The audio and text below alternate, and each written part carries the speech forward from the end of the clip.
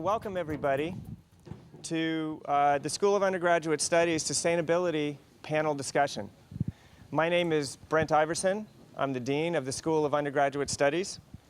And this is the third year of collaboration on this event between UGS and the Office of Sustainability and the President's Sustainability Steering Committee. This partnership came out of discussions several years ago when it was decided that the undergraduate studies curriculum, especially the signature courses, were a perfect venue to teach sustainability, and we had a willing partner in Jim Walker and the folks in the Sustainability Office. I'd like to also point out that this panel discussion fulfills the spring signature course university lecture series requirement, and most importantly, one of our co-sponsors is the Difficult Dialogues program of the Humanities Institute and through the Sterling Clark Holloway Centennial Lectureship. I think it's our responsibility as an institution of higher education to teach the future leaders of this country about sustainability. We saw a need to help students understand what's going on and think about the future. And of course, our students, our undergraduates, are already well in tune to this idea. And I think this lecture series, but particularly the panel discussion tonight, is a great manifestation of that. And I'm very excited to take part. Because I think too often, sustainability is thought of as a black or white buzzword that students can have positive or negative reactions to. What we want to do is create opportunities to encourage students to dig into the depths and the complexities and think about what it really means to them and what they're going to do to change the world in a positive way. What I'd like to do now is introduce Jim Walker. Jim Walker is the UT Austin Director of Sustainability. He came to us in 2009, and he works with the President's Sustainability Steering Committee to promote and broaden the university's sustainability activities. He collaborates with both operations and academic units, as well as the surrounding neighborhoods. He also has a small flock of chickens. That's not the way I think of Jim. I don't think of him in his professional title. At the University of Texas at Austin, I think of Jim as our conscience. As I think about budgets and course capacities and how we're going to get students in particular rooms and courses and student flow, all of those things can preoccupy my time. And every time I talk to Jim, I remember that there's a bigger picture. There's more to be thinking about here, and how as a university we have to really take the long view and think of how what we're doing now is going to move us in the right direction much more toward a sustainable future. When I think about it that way, I realize that maybe it's all of us at the university are his real flock of chickens. Okay. Before Jim comes up, I'd like to introduce Lucia Athens. He's the Director of Sustainability for the City of Austin.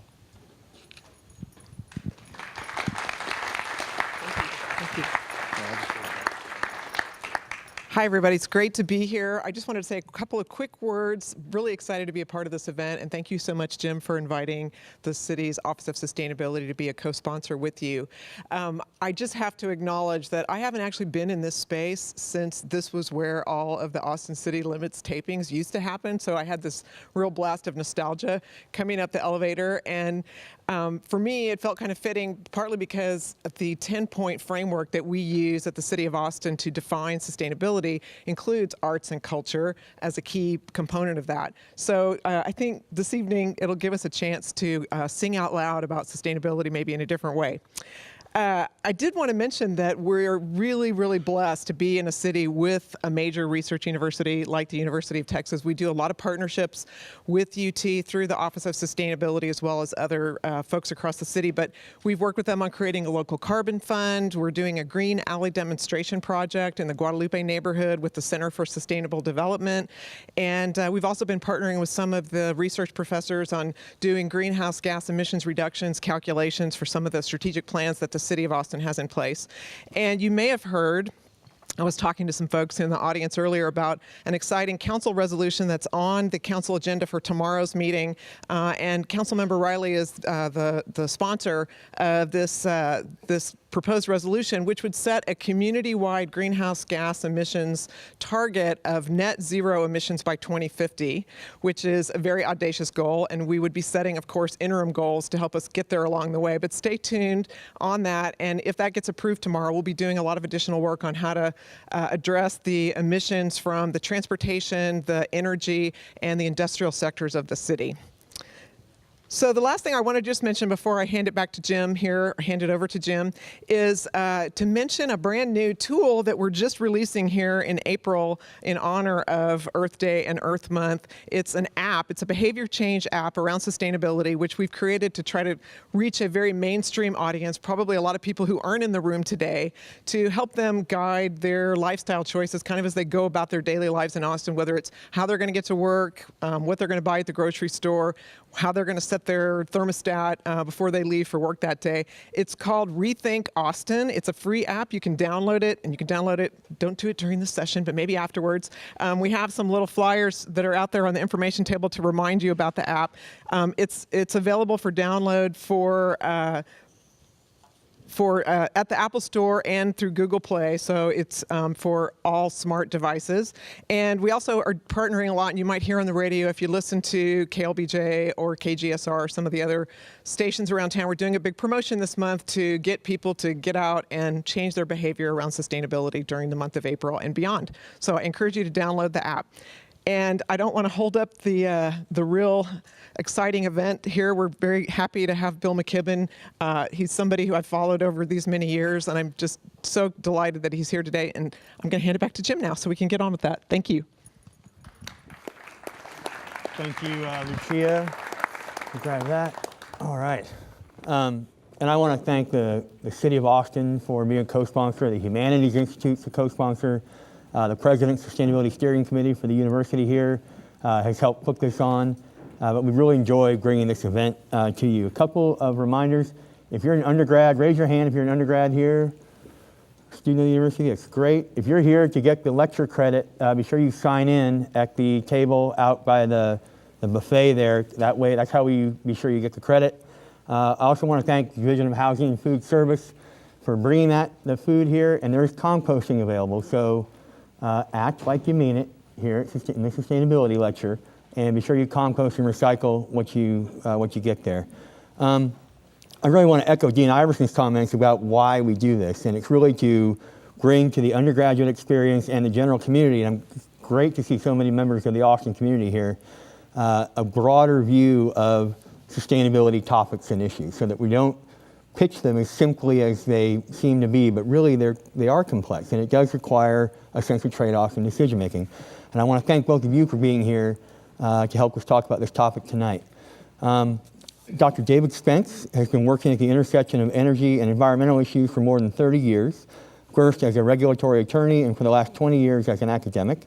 He is professor of law, politics, and regulation at UT's McCombs School of Business and the UT School of Law.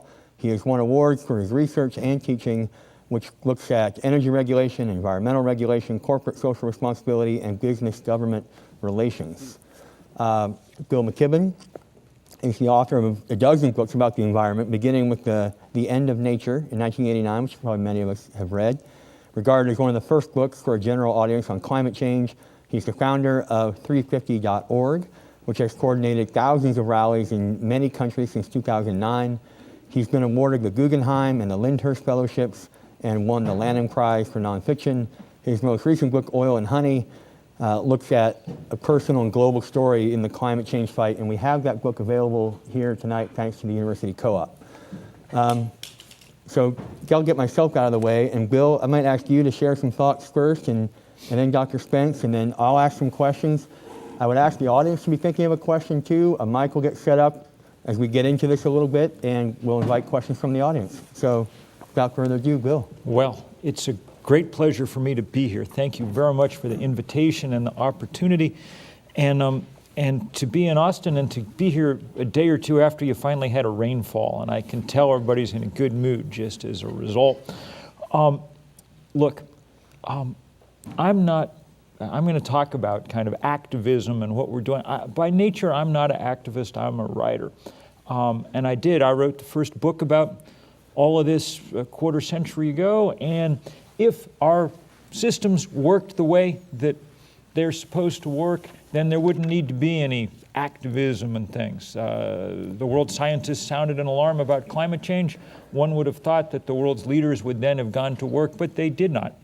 We've had really no response of significant proportion from Washington or most of the other world's capitals. And so we've needed to organize, as people have needed to organize in the past. In Austin tonight, there's this great civil rights summit with people coming together to commemorate the work of 50 years ago that people did, standing up for change and that needed to happen. In our time, this may be the single great fight that we have of all. Let me talk about the divestment angle of this, because it's been one of the hot corners of this fight in the last few years. I kind of helped kick it off because I wrote an article for Rolling Stone magazine 2 years ago. Those of you who keep your back issues, it's the one with Justin Bieber on the cover. I have all of those. Of course. But the day after it came out, the editor rang me and said, you know what, it's weird, your piece has 10 times as many likes on Facebook as Justin's, and it ended up being the most shared piece in the magazine's history, I think. Not because it was such a brilliant piece of writing, but because it had a disturbing new set of numbers. I'd found them from a group of financial analysts in the UK, kind of obscure report. They'd done the task that we should have done long ago of adding up how much carbon the world's fossil fuel companies and the countries that operate like fossil fuel companies, think Kuwait, how much they had in their reserves that they'd announced they were going to burn. It turns out that there's 5 times as much carbon in those proved reserves as the most conservative scientists think will take us past the 2-degree warming mark that the world has agreed would be the bottom red line for climate change. In fact, it's much too high a red line. We've raised the temperature 1 degree so far. That's been enough to melt the Arctic. The oceans are 30% more acidic than they were 40 years ago. You guys are getting a taste of what happens when you start messing around with climate patterns in the way we have. We've already taken our planet out of the Holocene and into something else. This is by far the biggest thing that human beings have ever done. We're no longer talking about stopping it. All we're trying to do now is slow it to the point where it doesn't wreck the possibility for civilization, a very real possibility in the coming century.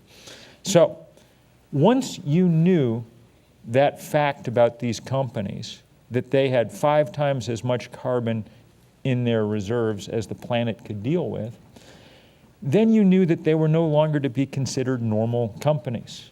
If they carry out their business plan, if Exxon and Chevron and Mobil and Venezuela do the things they have announced, told shareholders and regulators that they're going to do, then the planet tanks. There's no longer any doubt about the outcome or mystery or anything else. The only possibility is to keep them from doing that. There are many ways to keep them from doing that. The one that most economists have endorsed over the last quarter century, left, right, and center, is to put a serious price on carbon that reflects the damage that it does in the environment. And there's no reason not to. There's no reason that the fossil fuel industry alone should be allowed to pour its pollution out for free, to use the atmosphere as an open sewer. But that's what they're able to do at the moment. And the problem is that they're able to, because of their political clout, keep that from ever changing. That's what happens when you're the richest industry on earth. And so the point of this divestment campaign, which Oxford University said last fall was now the fastest growing such anti-corporate campaign in history, it's not to bankrupt the Exxons of the world. For better or for worse, we probably can't do that in the short run. But it is to start the process of politically bankrupting them so they are no longer able to dominate our political life and keep necessary change from happening, okay? So normally, we wouldn't have to actually go to the extreme of divesting. We have all these kind of ways to kind of put pressure on companies, and in normal times those work pretty well. If Apple isn't paying its Chinese employees enough money, well, we don't have to hate on iPhones and get rid of them or something. We have to put some pressure on and they pay their workers a little more, and the cost of an iPhone goes up $1 and everybody's happy. This is not a case where there is a flaw with the business plan. In this case, the flaw is the business plan, okay? And that became extraordinarily clear even in the last week. Since I wrote that article in Rolling Stone, this is no longer just me, a huge number of other players have adopted this same math, the IEA, the International Energy Agency, the World Bank, pretty much everybody who studies this now. Yes, this is the carbon budget. And so a group of investors asked Exxon, the richest company in the world, whether they were worried that these assets of theirs, these reserves, might become stranded. And they put out a statement last week in response to these saying, no, we're not worried. We consider it, as they said, highly unlikely that any government will take action that would strand these reserves. In other words, what they said was, we're planning to melt the planet. We don't think anyone will stop us, and we dare you to try. And that's why it's good news that there are lots of people who are taking them up on that dare. Some of them, already all kinds of major cities around this country have divested their holdings. Seattle, Portland, Providence, San Francisco, all kinds of churches. The oldest Protestant denomination in this country, the United Church of Christ, and around the world, the same thing going on. And lots of colleges and universities where students have taken up this cry. It's really a great pleasure to know that there are students here at UT who, in a very difficult environment for this kind of work, are bravely going ahead with it. And some of their leaders, I think, are here today. In fact, I hope that they're passing around the petition back and forth down the rows so that those of you who want to signal as students or alumni or just local residents that you're in favor of that kind of divestment have a chance to do so.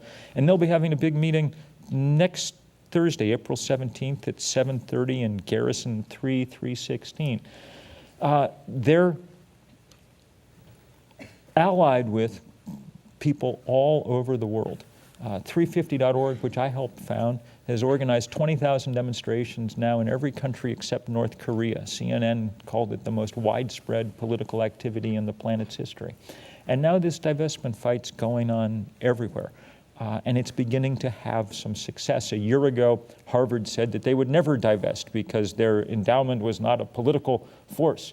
Last night, or the night before, Harvard said, well, we're beginning to kind of edge in that direction. And we understand now the argument from students that where our, as it says in the good book, where our treasure is, there also is our heart, you know. And so they're beginning the process of putting ethical constraints on those investments.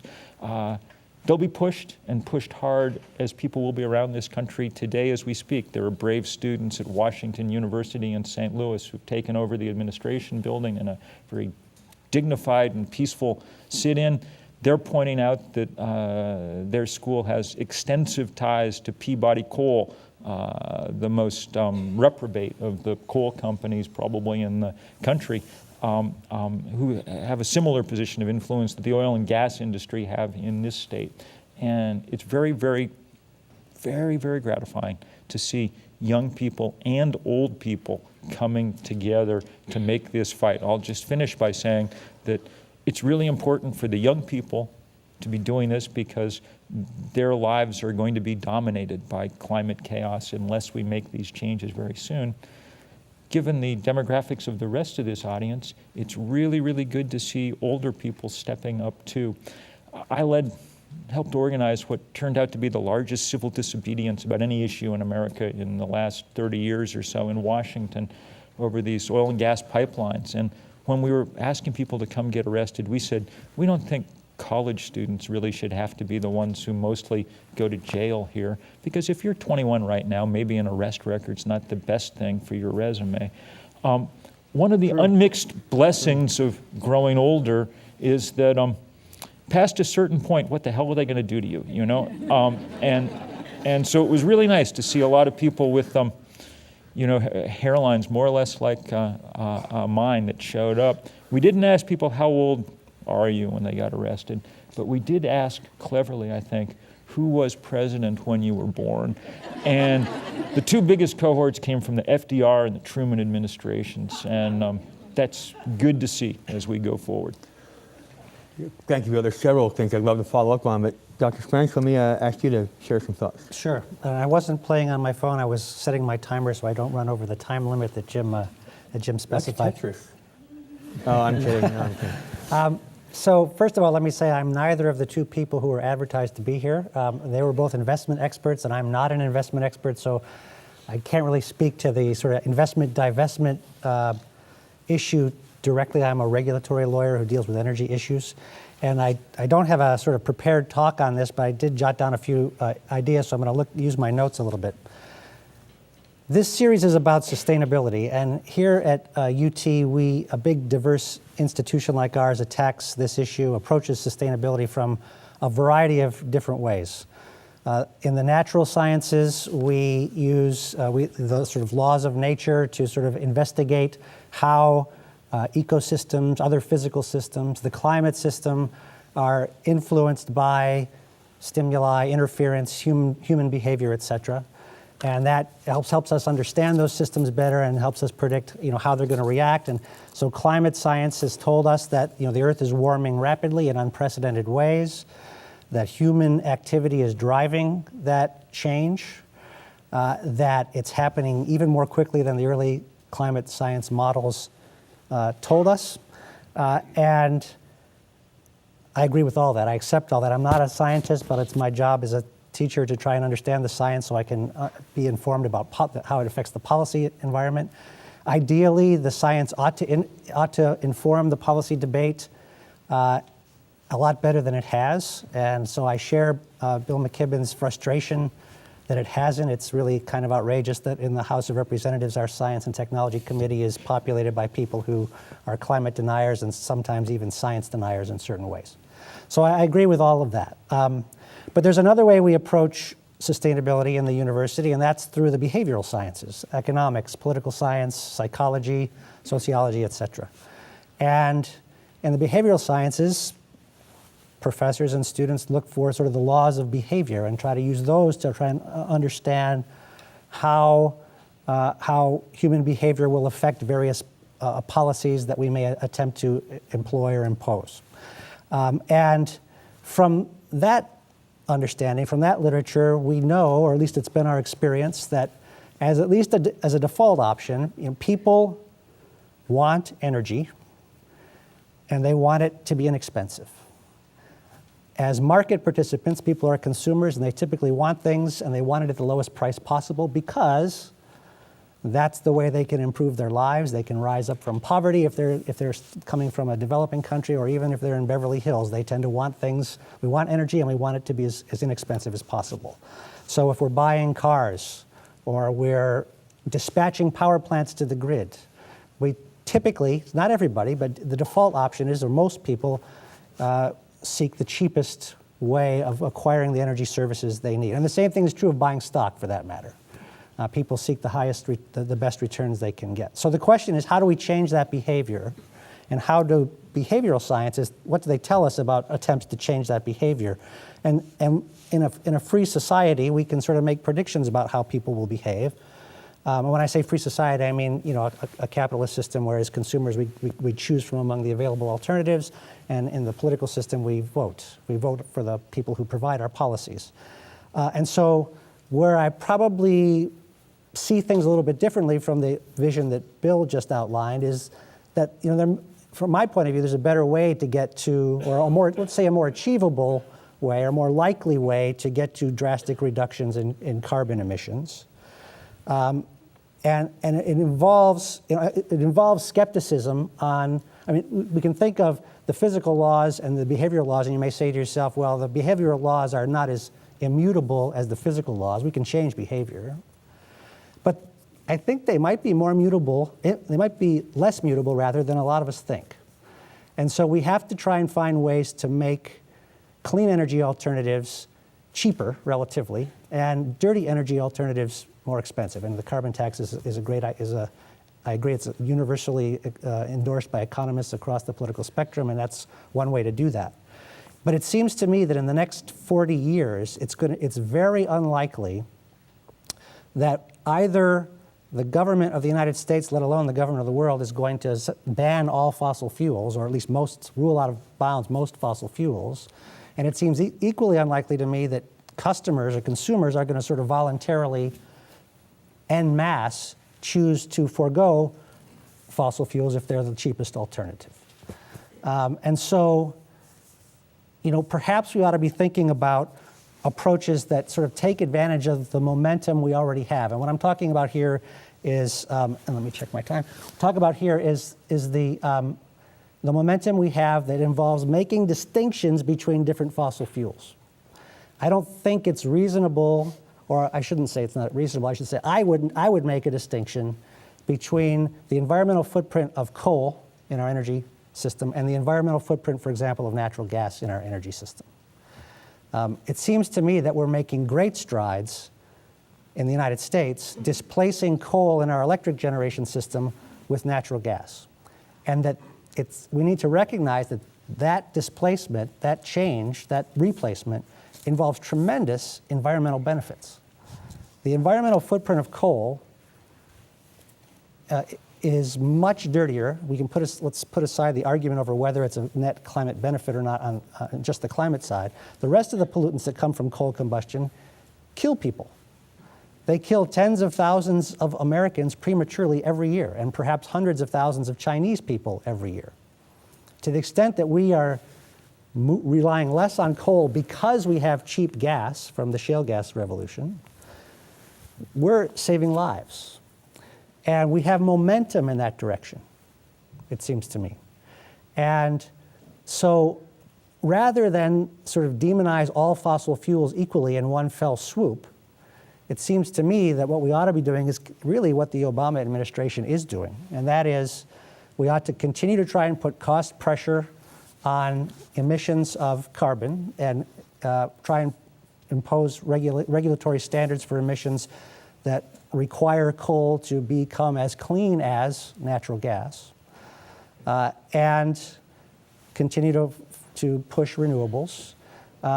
And if we go down that path, where we sort of take advantage of economic momentum, cheap gas is doing what 30 years of regulation during my lifetime has been unable to do, and that is finally reduce coal from less than 50% of our electric generation mix. If we can keep doing that, and we can move toward more reliance on electric cars, it seems to me that's a more realistic, to my way of thinking, a more achievable route to a lower climate footprint energy system. So I worry that sort of making a sort of enemy of an equal enemy of all fossil fuels can be counterproductive. Perhaps the jurisdiction in the world that's doing the most to push renewable energy is Germany. Tremendously aggressive policies that are aimed at promoting solar, wind, and so forth. As a result, their electricity prices are quite high, but even more troubling, in the last couple of years, their carbon emissions, their coal combustion has gone up. And the reason is that they're foregoing natural gas. Their gas is still gas they import from Russia that's tied to oil prices and is more expensive than coal that they import now from the United States. So even with these very aggressive renewables policies, their emissions are going up while ours are going down. And so all of which is a roundabout way of saying I think we need to attend to these sort of economic laws of behavior and political laws of behavior as well, as we sort of think about going forward and trying to get ourselves to a cleaner energy mix. And I think my time is about up, so I'll stop there. No, that's great. I would encourage you guys to respond directly to each other. Sure. Yeah. So one of the problems with having written about this 25 years ago is that one's always tempted to say, oh, if only you'd listened to me then, because 25 years ago, there actually were a lot of trajectories that we had more options and flexibility about how to get out of this trouble than we have at the moment. So let's think about gas for a moment, because it's, in carbon terms, the only even marginally, it's in carbon terms less trouble than coal and oil. And maybe 25 years ago, you could have made some kind of argument that it represented some kind of bridge to the future to allow us to get to the moment when it would be cheap and easy just to do renewables. There are a bunch of problems with that, however, though. One is, of course, that carbon isn't the only greenhouse gas that we worry about. CH4, methane, is molecule for molecule 25, 30 times more potent than even CO2, which means that if you leak more than 2 or 3% as you're doing the fracking to get the natural gas, your net product is worse than coal was in the first place. And the indications are we're leaking more than that. In fact, when the U.S. Geological Survey, or NOAA, looked at Western gas fields, they found leakage rates of 8 or 9% from those frack fields. If that's true, then the Obama plan has been a categorical disaster in greenhouse terms. Even if it's working according to plan, it doesn't get around this problem that we have to keep we have to keep the other fossil fuels in the ground in the course of this supposed period when we're doing better. In fact, the U.S. has now passed Saudi Arabia and Russia as the biggest hydrocarbon producer in the planet during the president's term with his backing and approval. And that means that, for instance, our coal exports, though we're burning less of it here, are going up and going up quickly. It doesn't matter in greenhouse terms where you burn this stuff. Secondhand smoke from coal is just as bad if you're burning it in China or wherever else. The point is that when the International Energy Administration modeled last year a world that made a rapid conversion, as Professor Pence recommends, to gas, that world ends up with a 650 parts per million concentration of CO2 by later in this century. We're at 400 parts per million CO2 now. That's way too high already. The Holocene, the only sort of baseline that we have, was 275 parts per million.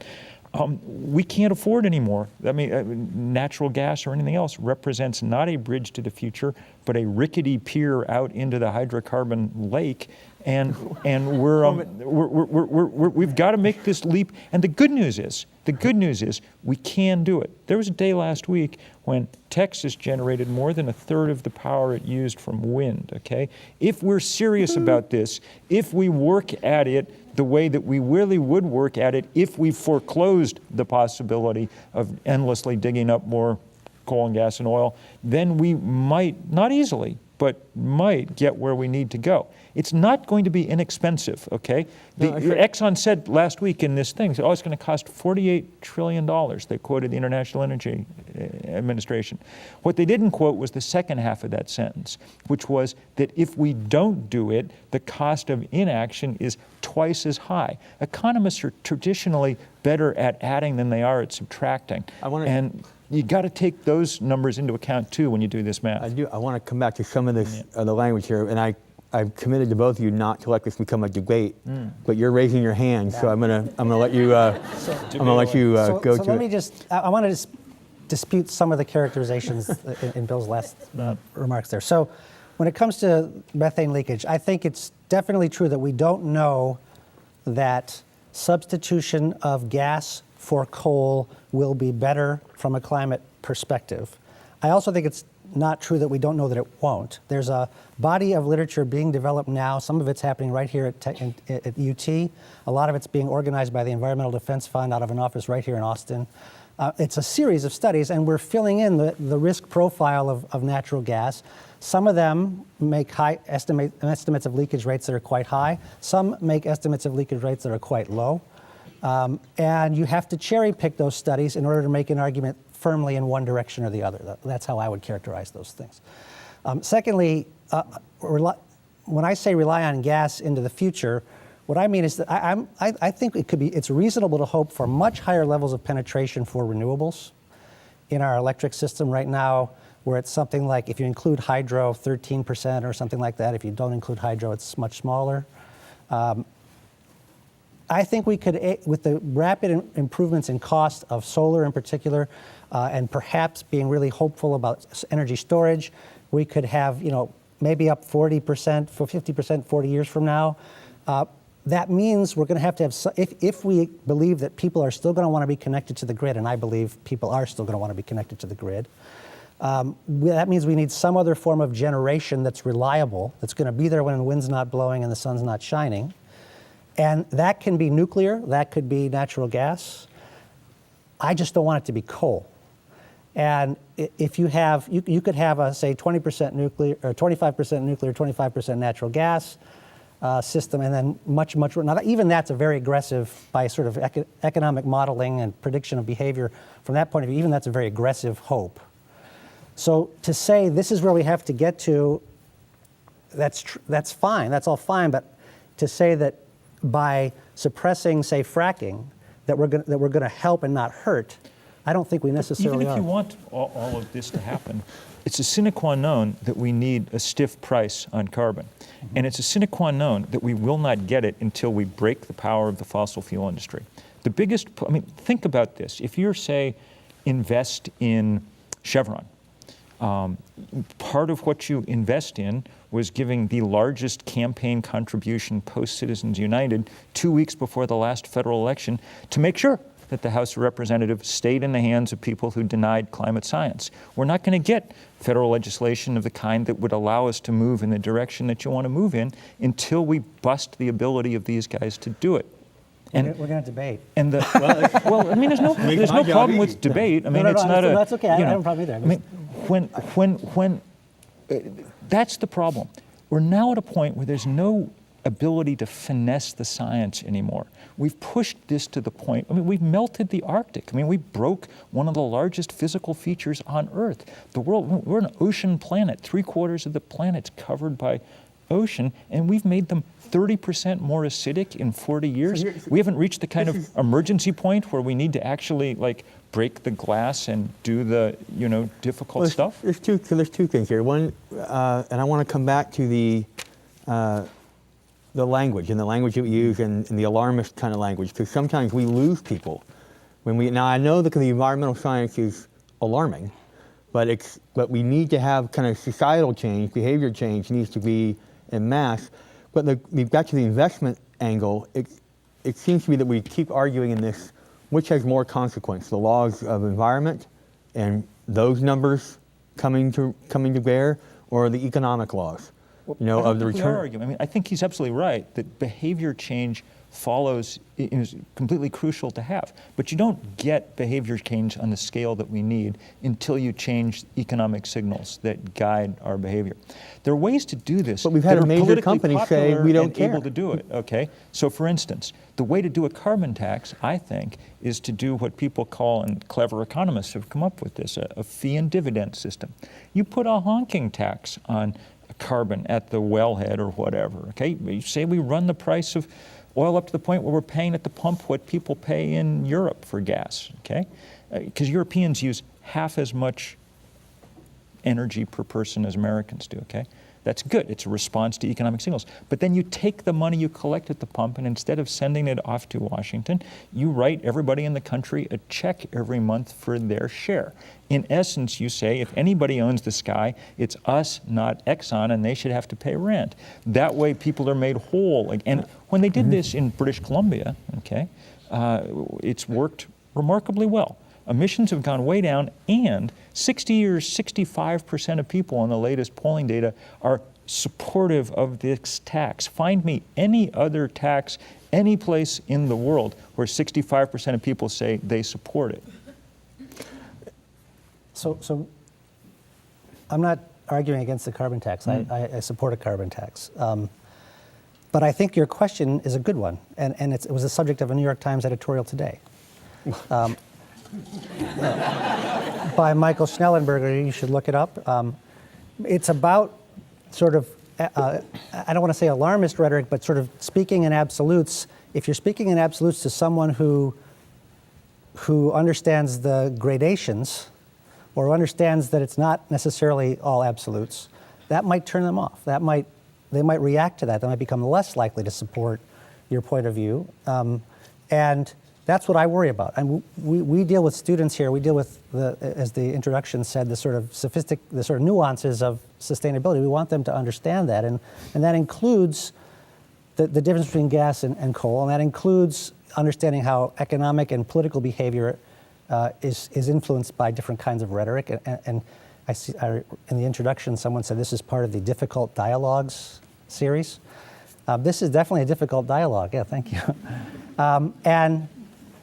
And so, yeah, and this could be, my nature as sort of a militant moderate, but I find it off-putting. I find myself less likely to support something when I feel like the case is being overmade to me. And that was the point of the editorial this morning. We have to get to all these people. We have to get to everybody. And it's the hard part of it is, in some ways, is that the science is alarming, right? We are, you can't argue that anymore. But getting people to change needs a little bit more diplomacy or action. And when you talk about sustainability and investing, we're also talking about more than just fossil fuels, right? Human rights. This was the same, this whole let's be moderate and diplomatic and not rock the boat was, 50 years ago, the reason that people are coming together to celebrate the civil rights successes of 50 years ago is not because, wonderful though they were, leaders like LBJ and things just decided that they were going to, do this, or because it was because people actually forced the issue. Young people said, we're going to sit down at this lunch counter. And people didn't like it. Martin Luther King's letter from Birmingham jail is in direct response to white Southern clergy who said, we're kind of on your side, but you're pushing this a little too hard, and you run the risk of offending people and whatever. And he said, no, that's not the risk. The risk is what goes on every day. At this point, when we started 350.org, people said, and then took this number from the parts per million concentration that scientists told us was the most that you could safely have in the atmosphere, a number we're already well past. People said, well, don't do that. It's A, it's too technical, and B, it's too depressing because we're already past it, and it'll just discourage people and whatever. And we were like, no, the job here is not to be alarmist, and it's not to be depressing, it's simply to be real. It's like going to the doctor, when you go to the doctor says, your cholesterol is too high.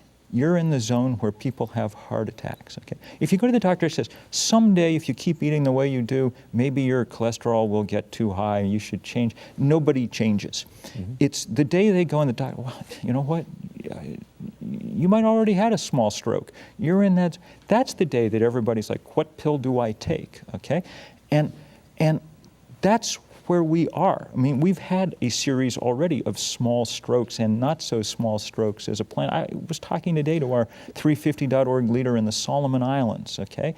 They just had the biggest rainfall they've ever had. It washed away several communities on this island. There are a lot of dead people. Right, it's the kind of story we get every day around the world. There's no longer, the sort of let's be moderate about this. That's what we did. That's what I did for 20 years, and it got nowhere. Nothing happened. I'm 73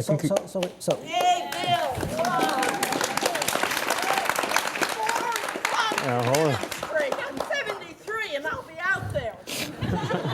So, two things. First of all, I don't think of myself as analogous to white supremacists. No, white supremacists were not. That's the point King was making. They were not so the problem. I was the quiet. moderates I was quiet. in that thing. Yeah. But don't misconstrue my argument. Okay. All right. Sure. I wasn't I also saying am in not, any way that you okay. were. All right. So I'm also not. I'm also not trying to denigrate the importance and value of social movements and symbolic action, because that's how the environmental movement got going, and lots of good comes from that. But what I'm saying is that there are people who are committed environmentalists who don't subscribe to all of the argument you just made, and so EDF, for example, Environmental Defense Fund, their attitude toward this is let's measure, let's figure it out. They're not as certain as you are that 350, for example, means doom, right? And they're not as certain that gas leakage rates are as high as you think they are, and on and on. So there's I think reasonable people can disagree about how to get from A to B, and and I like to see both approaches working where they can work best together. So we're gonna start a line for questions to the panel here in a minute. So microphone will get set up. So think about that and make your way down. But let me ask. So we're here at the university. What does the university owe the students or the people who are willing to agitate, who are willing to go beyond where the comfort zone is to push the dialogue? Because it's a complex conversation. Our backs are against the wall on it. Something has to be done. But universities are, we're slow moving, dinosaur kind of organizations. We like the returns we're getting on that endowment. We're slow moving. So what do we actually owe this kind of movement? And you brought up Harvard a minute ago, which kind of said, well, we're not going to divest right now, but we'll go ahead and do these positive screens on our investments. So getting away from the negative screen, saying we're not going to, and going, but what do we? Well, here's what I think. I think that there are rare cases, really rare cases, where divestment's important. Really, this is the first time this come up on a mass scale in this country since the debate around apartheid in South Africa. And in that case, there was exactly the same debate. And there were people who said, well, let's be moderate about this and have constructive engagement with South Africa. And the leaders in South Africa, Mandela et al., said, no, we really need you to do this in a serious way. And in fact, Mandela, when he got out of prison, the first foreign trip he took was to the US, and he didn't go to the White House first. He went to California to thank students at the UC system who had forced the divestment of $3 billion in stock. He said, we fought for our own liberation, but we could not have done it without you and the other 150 colleges around the country that divested. In this case, it was Mandela's great accomplice, Desmond Tutu, who won the Nobel Peace Prize for his work ending apartheid, who was one of the first to issue the call for divestment from fossil fuels. And what he said was, if you could see what's going on here in Africa with famine, with drought, you'd understand. And on a continent where we use less than 1% of the planet's fossil fuel, so where we have, it doesn't matter what lifestyle changes we make, it's not going to make any difference. If you could see what was happening here, you'd understand why we've asked you to take up this call again. And I think the best thing that's happened as a result of this is precisely this kind of debate. It's brought the issue out into the open, especially the at this point, scientifically non-negotiable issue that we've got to keep 80% of these reserves in the ground. That's just, there's no way to finesse it. But how do you, but when you speak to undergrads and you want to get them excited about their future, about being active in things, and you then have the Exxon kind of report come out saying not only do we not really believe that the political world can pull its act together and do this, but even if you did, we think that we're still going to do it anyway. So how do you keep that fires up young people in an enormous way, and they're no problem with young people. They're providing great leadership around the world on this issue. The Exxon report. Go ahead and line up down here. The Exxon report is about what they think is going to happen. It's the Outlook, the Energy Outlook report, which and BP and lots of other organizations publish.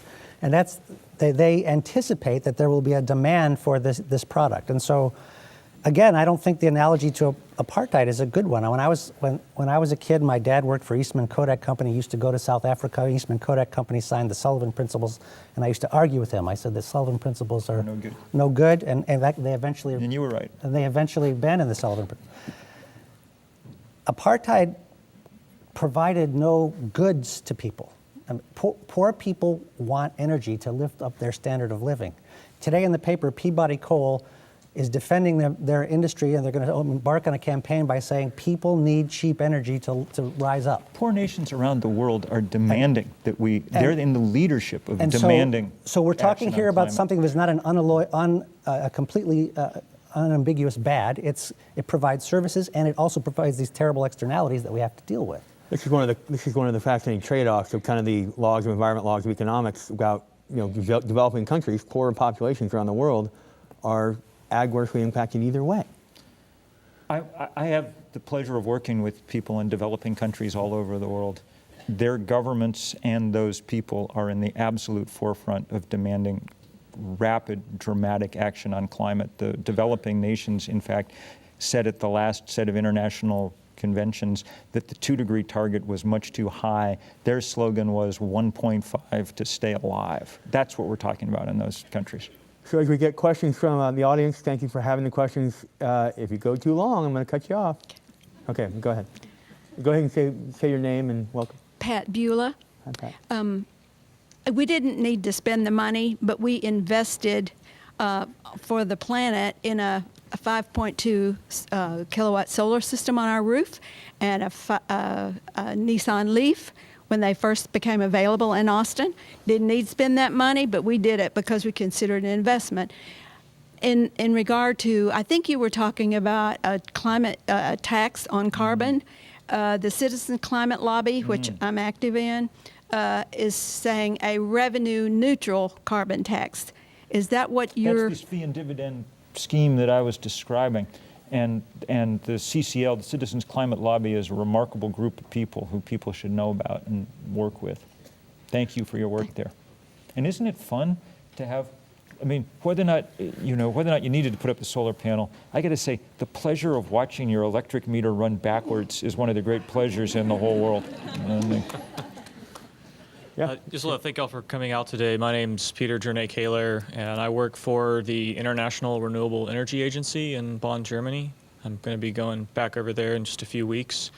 But some of the data I've been looking at recently, I just wondered you could comment on most of the major reports that have come out recently for the financial reports for the large energy companies have indicated their long-term plans price carbon in at this point. Some of them even up at these like higher $50 plus marks. And I was just wondering, do you think this shows like a recent influence from politics? Do you think this is contrary? I think they're beginning to worry that they're going to have to pay some kind of price because they know that there is a movement growing ever stronger, but they're doing everything they can to make sure that it doesn't happen. I mean, take the case of Exxon. I mean, they spent tens of millions of dollars funding climate denial think tanks to make sure that the politics of this were muddied and obscure. And if you invest in them, then you help do that.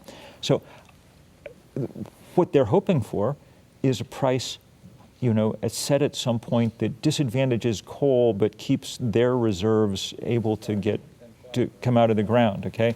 We need a price high enough. That's the problem with having waited so long. We need a price high enough to keep 80% of what we know about in the ground. And that's trillions of dollars worth of hydrocarbons. So it's not trivial in any way. It's going to be painful and expensive. It's going to be more painful and expensive every year in which we moderate, temporize, and delay. So my answer to your question is that yes, I think they are planning for a future, or at least positioning themselves for a future in which there's a price on carbon.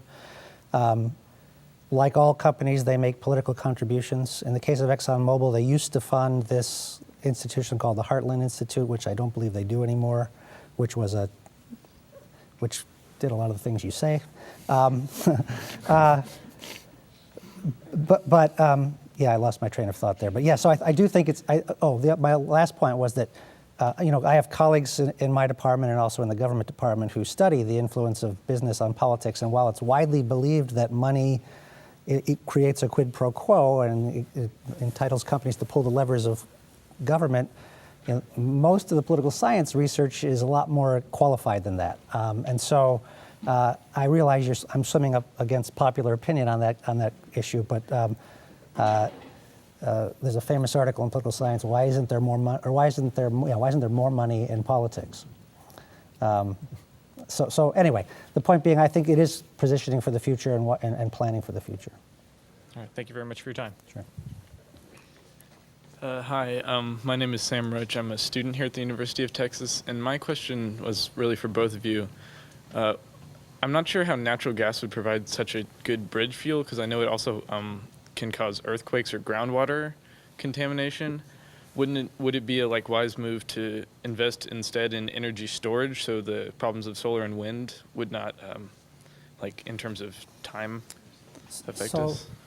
Yeah, there's a lot of work being done on storage. As to the question of what the risk of groundwater contamination is from fracking. I was at a conference 2 weeks ago in which many of the sort of leading researchers, including the people from Duke who are sort of associated with many of the big studies on groundwater contamination, were present, and they characterized the risk as quite small. Wait, from Does- Duke Energy? No, Duke University. Okay, I The was gonna Nicholas say that'd School. be a bit of a- Yeah. Fair question. Yeah. Fair question. Nicholas School of Environment, Duke University. Robert Jackson is sort of the lead author on a lot of these studies. And the earthquake issue is associated with wastewater disposal and is a very real issue, and again, something that's being studied here at the University of Texas quite widely.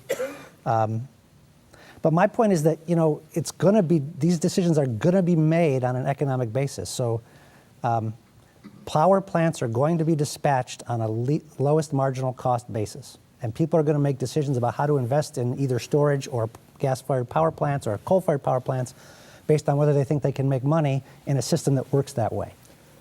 And so... Which is precisely why we need this serious price on carbon, so that, at the moment, one of the really interesting things about this is that there's a sense in which environmentalists are the great, have more faith or hope or something in markets at this point than almost anybody else, because, we desperately need markets to be one of the forces that do something. At the moment, markets can do nothing about climate change because they're as ignorant as babes of the price of carbon, because it's the only thing that carries no cost. We continually pour more resources in those directions than we should. And if it carried a cost commensurate with the damage it did to the environment, then we wouldn't. In order to make that happen, it's why we need that, what we were talking about, the revenue neutral or fee and dividend scheme, because that's when it becomes politically possible to do it, to have a tough price on carbon that doesn't bankrupt people. In fact, 80% of Americans come out ahead in that kind of scheme. The other thing we don't want to have happen is that the kind of the environmental impact actually come to bear, like Beijing having kind of the air quality issues that they're having and causing people to then reconsider positions on burning coal there that they hadn't had before. The good news is, Thank you I just for did your a question. big piece on energy in China for National Geographic. And the Chinese made some very bad decisions. In fact, the CEO of Exxon went to China and told them to pay no attention to climate issues in the late 1990s and to go full speed with fossil fuel, and they're paying a serious price for following that advice. But they're also doing amazing things with renewable energy, far more than we are. And it's, China more than anybody else that's driven the cost of solar panels down by 90% over the last decade and made it possible to imagine the kind of advances that we're beginning to see. If it can catch up. 2 points in response to that. So it's these conventional pollutants, particulate matter, sulfur dioxide, mercury. Mercury is a toxic pollutant, I guess, under the Clean Air Act. But these are the things that are driving activism in China on this issue, and these are the ones that are killing people. And so we often get locked into this narrow discussion of greenhouse gases, but the benefits of displacing coal are huge for other reasons as well. And to underscore, China is also a way of underscoring the importance of sort of economic motives. China can tell people, we're not going to use coal, or we're going to shut these coal mines. But people find a way. They run out there with their picks and they get coal to burn in their stoves at home because it's cheaper, right? And so we have to keep in mind what, these sort of powerful forces, they're not as powerful as natural forces, but they're pretty darn powerful, and we have to find a way to steer them in the right direction. Well, and to your point on coal, I think Brown University's fossil-free student group was focused just on coal as a way to start their conversation there. The Filthy 15, I think they're calling it. Last question. Hi, my name is Dina Knight. I'm the president of the Renewable Energy Student Association for Austin Community College. And we're in the process of putting on a huge Earth Day celebration. And one of the things that we're focusing on during April 22nd is not only, of course, promoting renewables, which I'm a big, huge fan of, but also like looking into alternative fuel sources outside of just natural gas, propane, and the traditional ones. Like we have Dr. Rika Connolly coming, who's going to be doing a demonstration on how to convert wastewater with algae into crude oil, and things like converting switchgrass and using that in order to create fuel sources. So what about some of the economic impacts, or some of the discussions around these other fuels that really we haven't talked much about? I mean, the good news is that human beings are really good at engineering, and we come up with all kinds of clever things to do. And If we had 25 years ago just decided we were going to go seriously down this path and put a price on it, by now we'd be doing most of them, okay? If we get the dead hand of the fossil fuel industry off this system, then we have a chance for innovation at the rate that we need. But the problem is, and I'm so glad that you're doing this work, the problem is that we now need that rate to be much faster than is comfortable. Doing this in an easy, convenient, comfortable way is no longer one of the options because we are so up against the wall. That's what it means when the Arctic melts. That's the context in which we have this conversation now. And so thank you so much for your efforts. Thank everybody for their efforts. And I wish to heck that I didn't, I mean, I'm a writer. I want to just, I'd much rather just stay at home and type. I don't want to go to jail. I don't want to do all this stuff, But that's where we are. And just like people 50 years ago had to rise to the occasion when the occasion demanded it and make history, then you guys now have your chance to make some serious history. And I'm so glad that you're doing it. Thank you. And I want to ask you about the last kind of question here, and that's a great kind of point of it. We didn't really touch on some of the other aspects of sustainability as it relates to investing. We really kind of focused on fossil fuels. We didn't touch on some of the issues, and I understand the focus on fossil fuels. But what would be your kind of thought to undergrads, whether or not they get involved in a divestment movement on their campus? What would be your suggestion to them to kind of educate themselves or kind of get a broader view on this, or what would you get them thinking about? That's kind of a final thought here. Now you guys don't have anything to say? I've got plenty. Are you kidding me? Plenty to say. I've got a son who's a senior in high school. He wants to be an engineer, and he wants to do something environmental with engineering. That's basically the extent of what he knows he wants to do. At a place like Texas, there's a million ways to explore sustainability as a student. And I come back to the point I made at the start. I think if you can pursue this from all different kinds of angles, and as long as you do so in full recognition, in a sort of in a broad, complete way, you're going to be making a contribution. Professor Spence couldn't be more right. If there's one virtue to the size of the problem we face, it's that it allows people, whatever their talents, to play a huge role. So every department at this university, whether you're an accountant or a theologian or a psychologist or whatever else, you have a role to play in your professional life. And then when 5 o'clock comes, we need you even more to play the role as citizen, okay? That's the role that gets neglected too often in our busy lives. And that's the place where we're going to really make change on the scale and in the time that has to be made. So learn all that you can, do all that you can in your professional life, but then with all the kind of earnestness and courage that you can summon, play a real role in making the sort of systemic change that has to happen so damn fast. Well, I want to thank you both for being here today. It's been a great conversation, a lot of energy in it. If you are here for the UGS lecture credit, be sure to sign the sheet before you head out. Stick around. We're going to be broadcasting the President Clinton's Civil Rights Summit address here in a minute. Thank you to the City of Austin Office of Sustainability, the Humanities Institute, the Undergraduate School, and the President's Sustainability Steering Committee. Thank you all again. Thank you all for coming. Are you getting in the car right now?